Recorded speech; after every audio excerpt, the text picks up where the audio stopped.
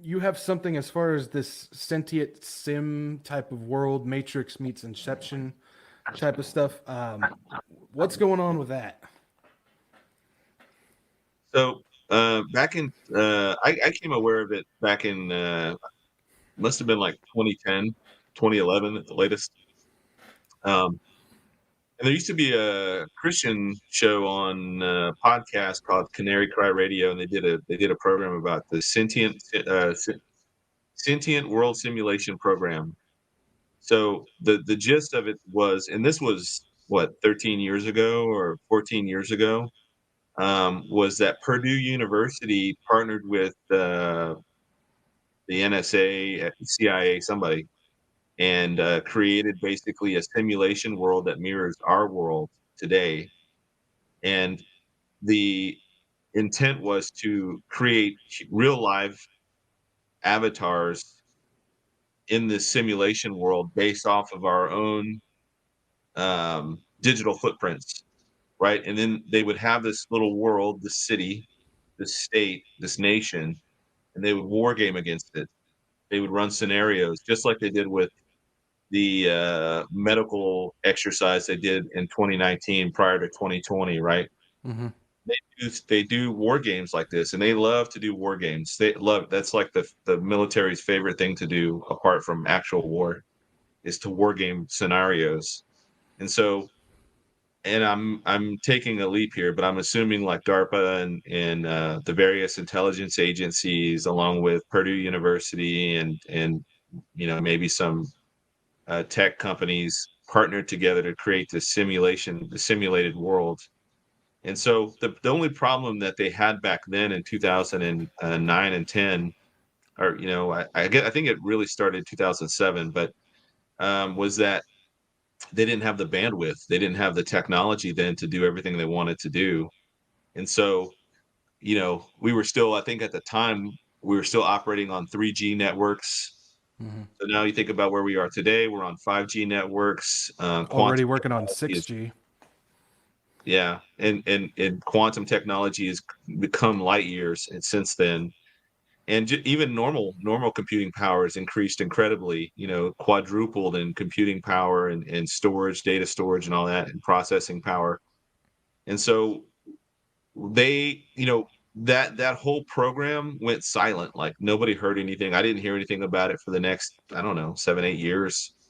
Um, and just out of curiosity, probably about 4 years ago, I looked back into it to see where it was. I still couldn't find anything new. And so here's what I just found this on Wikipedia today, and they've changed the name a little bit of it. So instead of the Sentient World Simulation Program, and I'm going to quote here, Purdue University's Synthetic Environment for Analysis and Simulations, or SEAS, SEAS, is currently being used by Homeland Security and the U.S. Department of Defense to simulate crises on the U.S. mainland.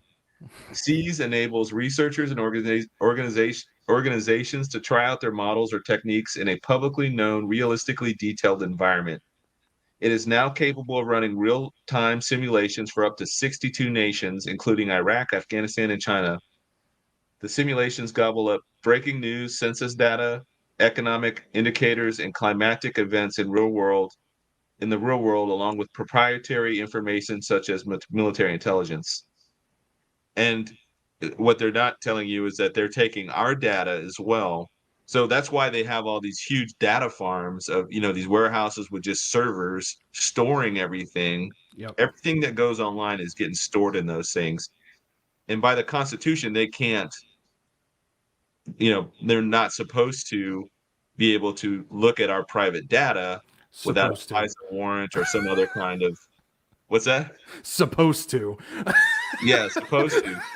But Oh they yeah. are running scenarios based, and here's the thing about 2020 and what happened in 2020. Aside from all the stuff that happened, the one thing that to me stands out in a prophetic manner is that it sped up the world by 6 years, digitally. Mm. So where we were in 2020, because everything was locked down, everything had to go online. It forced everybody it forced the technology curve to speed up to 2026, where we would be in 6 years later. So we jumped ahead 6 years technology wise with Zoom, with um, Teams, with all these different live, even like what we're on now, and the Yeah. bandwidth, the fact that we got 5G now pushed through in most places, it sped everything up by 6 years. So I don't think that was accidental. That aspect of it, I think they took Yeah. advantage of that, or maybe Planned it. knew it was going to happen, so they planned on it happening to speed up technology to feed the Sentient World Simulation Program. And I guarantee you, it is running right now 24/7, and they are wargaming everything, and they're trying to predict future events. That's the thing. Well, and see, there's even an aspect to that I've talked about a lot, which is the Internet of Things technology. So we talked about how when the 2020 happened, everything went online. I believe that was entirely on purpose because then they're able to get that much more data on us. But then you've got the Internet of Things. This is what I've been talking about a lot when it comes to your smart TVs, things like your Roomba, your smartphones, all this stuff. Everything is collecting data about you, even so much so that the Roomba is going around your house, mapping out your entire house, getting the exact layouts, noticing what paths you take the most often, and it's learning, and it's actually getting a full scale replica of every single house. So when you're talking about a sentient live world that's extremely detailed, all of that data is getting put into that as well. So even the hotel room that you're in, it probably has the entire layout of it in there, and it's able to war game based on that. This is the Internet of Things technology that I don't think people really have an understanding of. It's not really talked about that much, but it's literally running everything, and I think that's probably the backbone to your sentient world that's going on there. Yeah, I mean, even like Alexa. Let's say that you refuse to get Alexa, you refuse to get the what's the doorbell camera Ring Ring, yep. that has that's I think that's Google, right? But Amazon. let's say Amazon. Let's say you refuse to get those things, and you go over to your friend's house for a barbecue one weekend, and he has them. So the Ring camera catches you probably pulling up to the driveway. Hmm. It catches you walking up to the front door. So when you're walking up, it's getting your gait pattern. So how you walk, it's getting your facial recognition. And if you ring the doorbell and you say something into it, it's going to get voice recognition. You're going to walk in, and Alexa's going to pick up on your speech patterns, your voice recognition. And so, even though you don't have any of that technology, when you walk out of that house, that thing is going to follow you to your car, right? Hmm. It's going to watch you. That Ring is going to watch you walking out to your car, and then you're going to get in your car, which has GPS, and then you're going to drive away.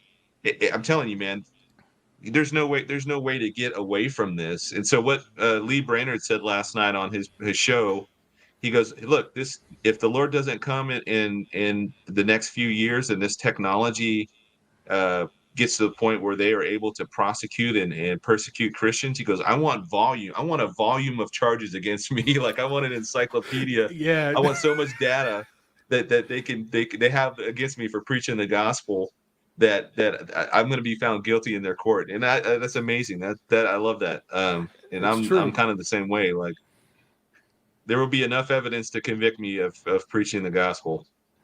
Yeah, that's something I say all the time. If I'm not on some government list out there, I'm doing something wrong. I need to be on at least 5 different lists out there. Otherwise, I'm not doing what I'm supposed to be doing. So yeah, it's like bring the charges, reach it up to heaven so I can get to heaven that much quicker. That's a Yeah. Lee's right on with that one. I definitely agree with that.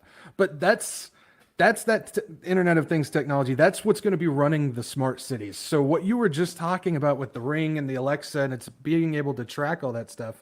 Not only is it going to get your data, your vocal patterns, your eye scans, how you walk, all that stuff, but it's also creating that digital twin profile where it's basically you in a computer program. So it's going to not only have all that data, but it's also going to know who you're associated with, which friends you just went over to, and that goes into the social credit system at that point. So it's all Patterns of connected. life.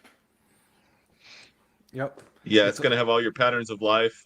where you travel, and once it catches you, once it catches your data, your biometric data, I mean, you're in the system. The only way that you're not going to be in this new system is if you're Amish and you've never been around technology, which you're still going to get spied on by satellites, you know, Satellites. Google Yeah. Earth and all that, and or you've never had technology and you live in the mountains somewhere and you've just you've never joined society, which would be amazing. At some, you know, if we could go back in time and undo everything, I'm sure a lot of people would choose that path instead. There's pros and cons. I mean, you're off the grid and away from everything, but at the same time, you're limited on your reach to witness people. So I mean, it's a definitely pro and con as far as that goes. But Amish doesn't sound Yeah. half bad, honestly. We might need to start getting over that. Not the religious aspect of it, but at least how they live. So